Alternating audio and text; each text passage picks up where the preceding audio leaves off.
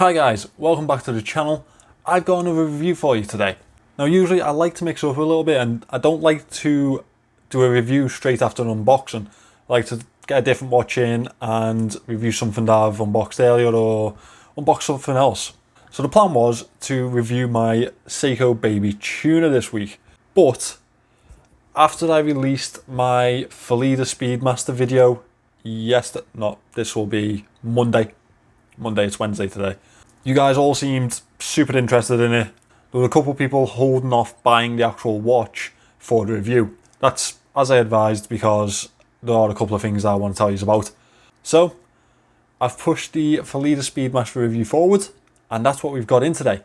Now this is an absolutely beautiful watch and it's a homage of a Speedmaster, one of my absolute favourite watches of all time. But how does it hold up to that Speedmaster name?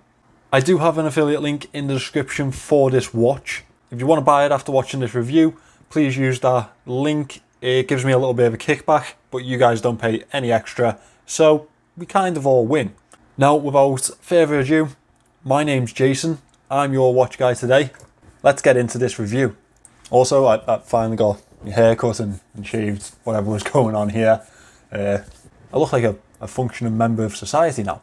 So this is the homage to the Speedmaster Moonwatch. It's Phylida's Speedmaster Moonwatch, and that is exactly what they've called it in the title, so I don't feel too bad repeating that. It's a lovely watch. It's completely built out of 316L stainless steel. At least that's what it's listed as in their descriptions. It's really well built and it feels like a good quality watch. There's a good weight to it too. Now the Omega Speedmaster is one of my absolute all-time favourite watches. It's something that I've loved since I started collecting, and I can't lie, I wish I had the Speedmaster on my desk instead of this, but this is where we are. As a complete hypothetical though, if you happen to get me up towards, 500 subscribers, let's say, I could see what I could do in terms of getting an Omega onto my desk to review for you guys. Oh, wouldn't that be nice for us all? Back to the watch in hand though. As I said, this is a Phylida Speedmaster homage. It is obviously the panda variant. That is again what they've listed it as. Now, as we go into the dimensions, one other thing that they listed this as is a 40mm watch. I've actually got it in at 41.5 across here. And then I measured the bezel to see if that's where they've gone wrong. But that measures in a 38.5. Now it is 14.7mm thick, really substantial height on this watch, and that has a lot to do with the height of the bezel as well as the domed hardlex crystal and the case back also. It does have a presence on wrist and it does sit up pretty tall.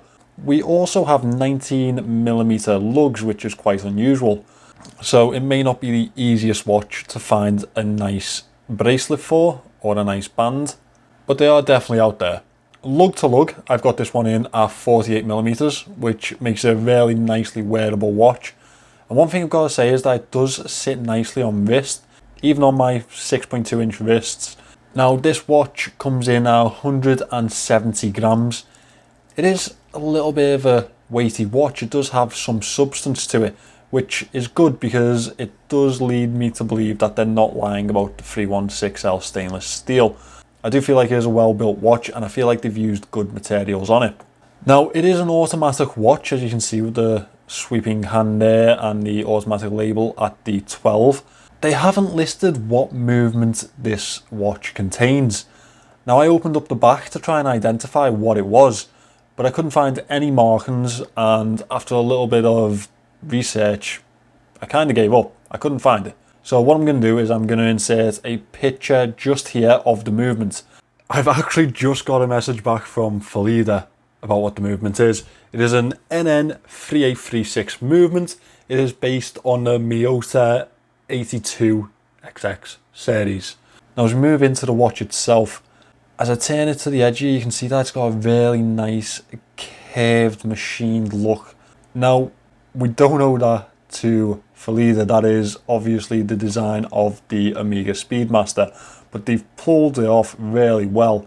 There's a mixture of brushed and high polish finishing around the edge, brushed on the sides high polish onto this curvature here, and it really does frame the whole watch really nicely. These lugs, the curvature of the lugs and the casing itself frames the rest of the watch really well.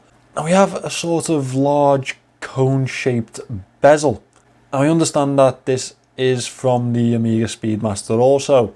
I just feel like this one's a bit taller and a bit more pronounced. We have a fixed tachymeter bezel, black insert with a stainless steel finished numerals around the bezel, as you can see there. That fits again with the Omega Speedmaster design. Now we have a high polished finish to the pushers at the side and the crown. This is an unsigned screw down crown. Now unscrew it and you can wind the watch. Pull it out once, you can set the time. The date function is not set to the crown. Push that back in, screw it back down. We also have a screw down case back, which is again unsigned and nothing printed on it, which is a bit of a shame. I would have liked to see a model or the movement ideally, but nothing printed on the back there. Now I believe the best feature of this watch is what finishes off the rest of the casing, and it is this lovely domed hardlex crystal. It really sets off the rest of the watch, distorts the edges of the dial, really looks absolute quality on wrist when you're wearing it. It's a lovely piece of hardlex crystal there.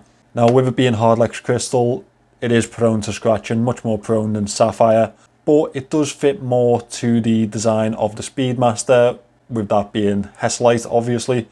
Now as we move into the dial, it's an absolutely gorgeous dial. That panda design really does it for me. Again, they owe all of that to Omega. We have a flat white center on the dial with a black accented minute track on the edge, which is really nice. As you can see, it's actually, the white dial is actually pressed on top of the rest of the dial, which gives it a really nice 3D effect. And we have cutouts for the sub dials here, here and here. Again, gives it a really nice 3D effect. The 3 sub dials are finished off in black at the 3, 6 and 9 positions with nice accented white hands. We have applied stainless steel finished indices at the hour markers. Nice baton design on those. That again fits with the homage theme of this watch. Phylida automatic printed at the 12 in a nice flat black, very legible design this one. We have a pencil handset with a loomed center and a really nice black border. Again, plays into the legibility of this watch, and you know that I love good legible watches. Very easy read and very simple design, but played off really well. The handset is finished off by this second hand with the arrowhead at the tip. That is again also loomed. It plays the black and white colour scheme very well, this dial, and I absolutely love these panda dials. I think they're some of the nicest dials around. This watch does come in other colour schemes. We have the inverted black and white, we have the full black, and we have a blue and white. But out of all of those, this was definitely the standout to me and the absolute must-have dial. I've always wanted one of the white Speedmasters, the Alaska, the Snoopy, even just the standard Panda. They're my absolute favourites of all the Speedmasters. I feel like the edge of the minute track has a lovely distorted effect with that domed hardlex crystal. I think that plays to the design of the watch really well. One thing I do wish that they did was bring the dial a little closer to that crystal, as they have with the actual Speedmaster. When you've got a Speedmaster in hand, it feels like there's no crystal in between you and the dial, and that's one of the really nice effects of that watch. The bracelet again fits the Moonwatch design. We have a brushed effect oyster style bracelet, and the center links have these pinstripes of high polish on the outer edge. Fits very well with this watch.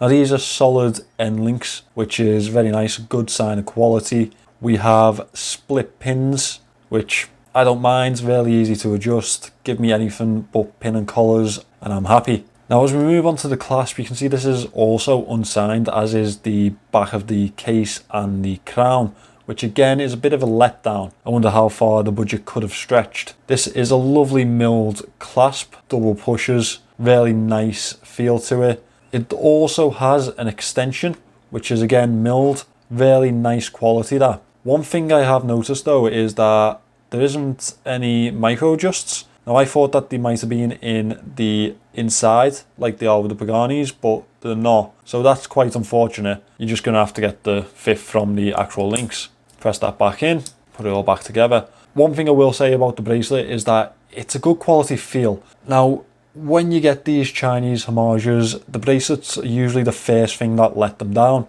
And in this case, it's probably one of the best features of the watch, which is a bit strange. Very unexpected for me, to be honest. Now, there are a couple of things that I have not mentioned, and that's because they're obviously coming in my moan section. Now, I did say to you in the unboxing, you do want to wait for this part because there are things I have noticed that I really want you to know about before you consider ordering this watch.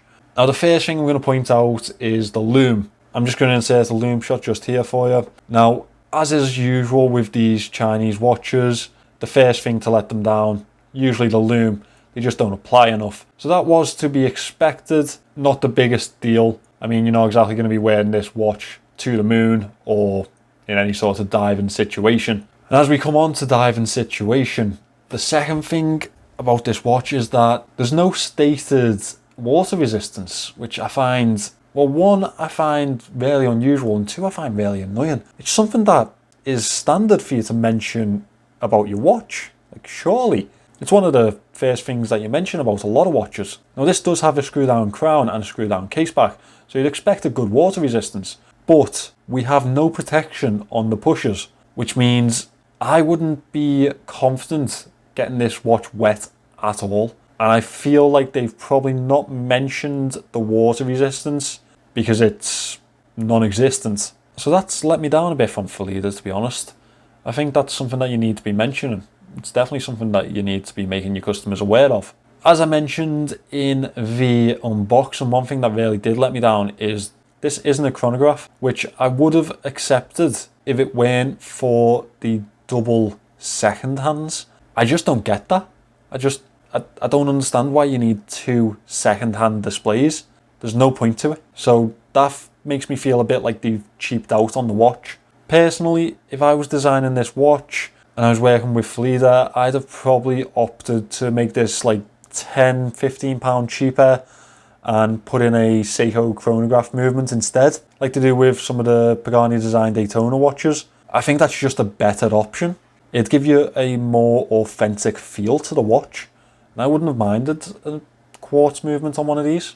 My final moan on the watch is that, as it is with the Speedmaster, you have two little pips just at the top here. You would have noticed them in the Loom. They're loomed pips, either side of the 12 o'clock indice. Now I'm just trying to catch it right. They're not aligned. Again, that's just the simplistics of watch design.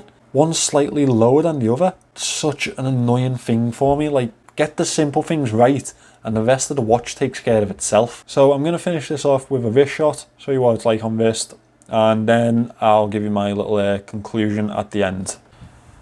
So here's the Phylida on wrist. As I said in the beginning of this video, it's actually really nice on wrist. It feels really good on wrist. And honestly, it's probably a watch that I'm going to keep and wear for a little while. I mean, it doesn't do everything that I hoped it would, and it doesn't fill every box that I had. But it's a nice watch, and for the price of just under £60 I got it for, I'm quite happy with it. So guys, that is my review of the Phylida Speedmaster Moonwatch Homage. It's a bloody gorgeous watch, and I just wish it was a chronograph. If it was a chronograph, even if it was quartz, I'd be so made up with it. I'd probably pay the same price if it was quartz. I mean, the Pagani Daytona watches are around £60, and I think they're a good deal. It's just kind of that's where the hurdle falls for me. I don't like watches where the pushers are for the day and the date. I don't like it. Fortunately enough, the rest of the design of the watch really does outshine that flaw, and I think that's probably why I'll keep hold of it for a little while and see how it grows on me. Now you may have picked up earlier in the video I said if I get to 500 subscribers, I'll do a review on a real Speedmaster. Now, I'm a man of my word, so if you get me to 500 subscribers, I will post a review of a Omega Speedmaster Moonwatch. I think that's a good deal. Now guys, the affiliate link for this watch is in the description. If you are going to pick it up, please use that affiliate link. It does a great deal for the channel. It helps me buy more watches and get more watches in front of you, which you all enjoy, or I hope you all enjoy. Now, obviously you don't pay any extra for that affiliate link. It just tells AliExpress that I sent you. Thank you in advance. If you're new here guys, please subscribe to the channel. I'll have new content out very soon, so hopefully I can provide you with some sort of information. Thanks for watching this one guys, and I'll see you in the next one.